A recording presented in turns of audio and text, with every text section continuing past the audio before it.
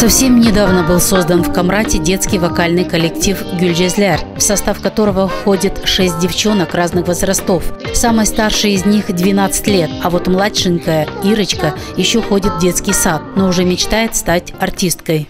Скажи, тебе нравится петь? Нравится. А какие песенки ты поешь? Gülcetler biz gülcetler, biz pembe kırmızı, kim bizim gibi bekler, her bir gelen ilkezi. Я пока только это выучила. Идея создания коллектива возникла у руководителя Вячеслава Станева во время концерта, когда одну из его участниц не допустили петь на сцене. Обида девочки была настолько велика, что зародился новый детский вокальный коллектив в Гагаузии под названием «Гюльджезляр». Спасибо этому казусу, что получился. Так сделали, что обидели моих некоторых детей, игнорируя их для выступления.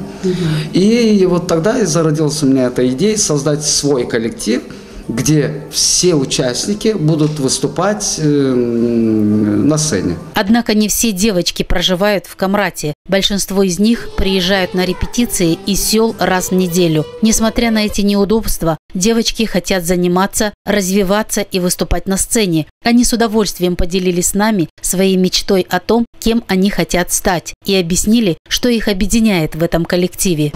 Мне нравится сюда приходить, познавать что-то новое всегда.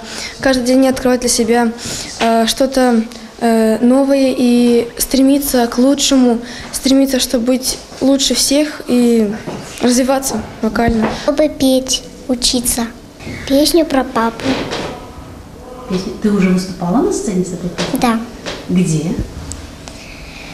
В Тамае, в Пешалме.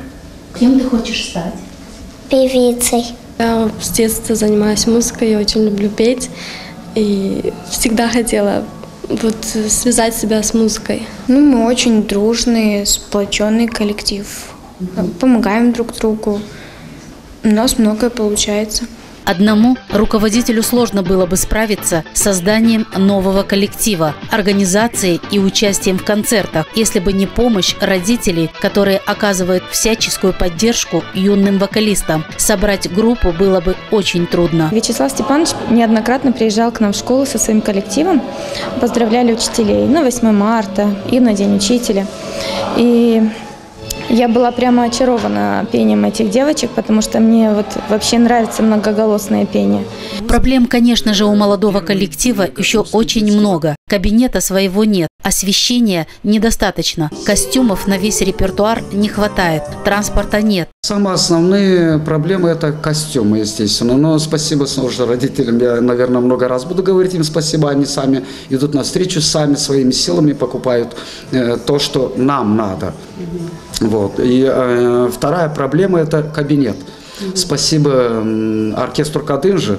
Вот они нам предоставляют, но проблема в том, что мы не можем заниматься, сколько мы хотим. А вот талант у детей огромный. И это главное, говорит руководитель первого детского вокального коллектива Гагаузии «Гюльджезляр». Ну а нам очень хочется пожелать детям удачи, ведь путь их творческий долгий, и он только начинается.